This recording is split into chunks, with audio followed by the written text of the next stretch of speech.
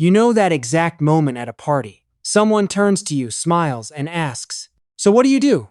And somewhere inside your chest, something just quiets, not anger, not anxiety, just a small private shutdown.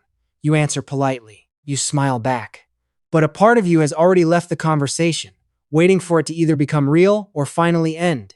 If this sounds familiar, you have probably been called aloof, cold, maybe even a little arrogant. And if you are honest, you have wondered the same thing about yourself. But what if none of that is true? What if the reason small talk feels so draining has almost nothing to do with your social skills and everything to do with the way your brain is wired? Today, we are going to look at what the research actually says about people who hate surface-level conversation.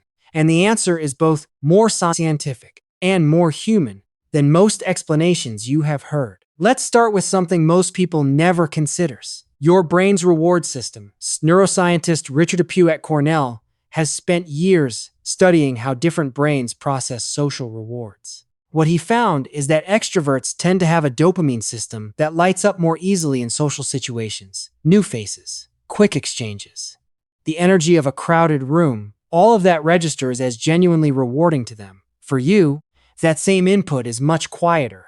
The signal is weaker.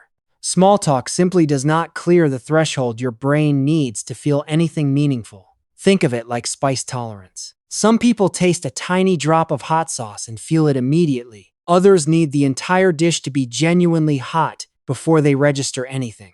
You are not broken for not reacting to the mild version. Your threshold is simply set higher. You are built for stronger flavors. This is why conversations about the weather, traffic, or how your week is going often leave you feeling strangely empty. It is not that you are bored with people. It is that your brain is waiting for a kind of stimulation the conversation never delivers. But it is not just about chemistry. It may also be about structure. In a 2012 study, researchers at the Karolinska Institutet in Sweden scanned people's brains and compared the results with their personality traits. They discovered that more introverted individuals tended to have greater gray matter volume in two key areas: the prefrontal cortex, which is involved in deep, abstract thinking, and the temporoparietal junction. That sect region is especially interesting. It plays a major role in something called theory of mind, your ability to understand what someone else might be thinking or feeling beneath the surface. In other words, your brain may be over-equipped for reading between the lines and thinking deeply about other people. This creates an almost inevitable mismatch. When you are given small talk, it is like being handed a children's book when your mind is built for complex novels. The tool does not match the task, and that mismatch is exhausting. Now here is where it gets even more interesting. Back in 2010, psychologist Matthias Mill at the University of Arizona conducted a now famous study. He gave people small recording devices that captured random snippets of their daily conversations for several days. No performances, no editing, just real life. Then he measured their happiness levels. The results were striking. The happiest people were not the ones who engaged in the most small talk. They were the ones who had the highest number of deep, meaningful conversations, the kind where people actually talked about what mattered to them. That feeling you get when a conversation refuses to go anywhere real. It might not be snobbers or brawlery. It might be an accurate signal. Your brain is recognizing the difference between empty calories and actual nourishment, and it is telling you it is still hungry.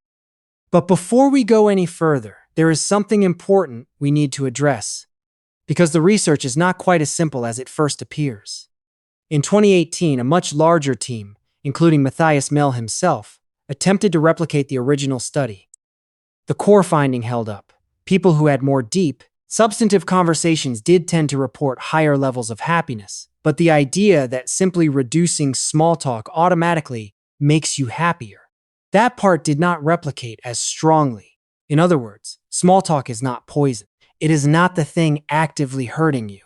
It is just not where the real reward lives. Your brain is not wrong for wanting more. It is just that the data shows the absence of small talk is not the magic fix either. And here is something that might surprise you even more. Research from psychologist Nicholas Epley at the University of Chicago has shown that almost everyone, extroverts included, underestimates how good deep conversations actually feel. Most people want them. They just do not know how to get there. They are standing on the same edge you are, hesitant to dive in first. So the real issue is not that you crave depth while everyone else is happy with surface level chatter. The real issue is that depth feels risky for almost everyone. And if you refuse to take even the smallest step toward it, you do not end up with more meaningful connections. You just end up with fewer chances. This is where the uncomfortable truth comes in. Small talk is not the opposite of depth. It is the doorway to it. It is the handshake before the real conversation can begin. When you treat every "how was your weekend" as something to avoid, you are not protecting your energy. You are quietly closing doors before anyone has a chance to open them. The healthiest version of this trait uses small talk as a bridge. The unhealthiest version uses "I am just a deep person" as a permanent excuse to never cross it.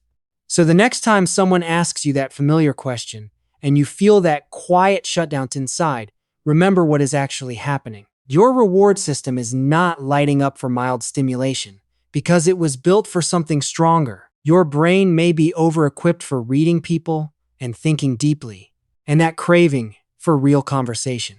It was never arrogance. It was an accurate signal pointing you towards something that actually matters. You are not the broken one in the room. You never were. You are simply running a different operating system. One that has been holding out for the deep end this entire time. Just do not let that operating system turn into a wall. Treat small talk as the on-ramp, not the destination. Walk through it anyway, because the kind of connection you have been waiting for is almost always waiting on the other side. And more often than you think, the person across from you is quietly hoping you will be the one brave enough to open the door first. If this resonated with you, drop a comment below and tell me, what is one small talk question that instantly drains you? I read every single one.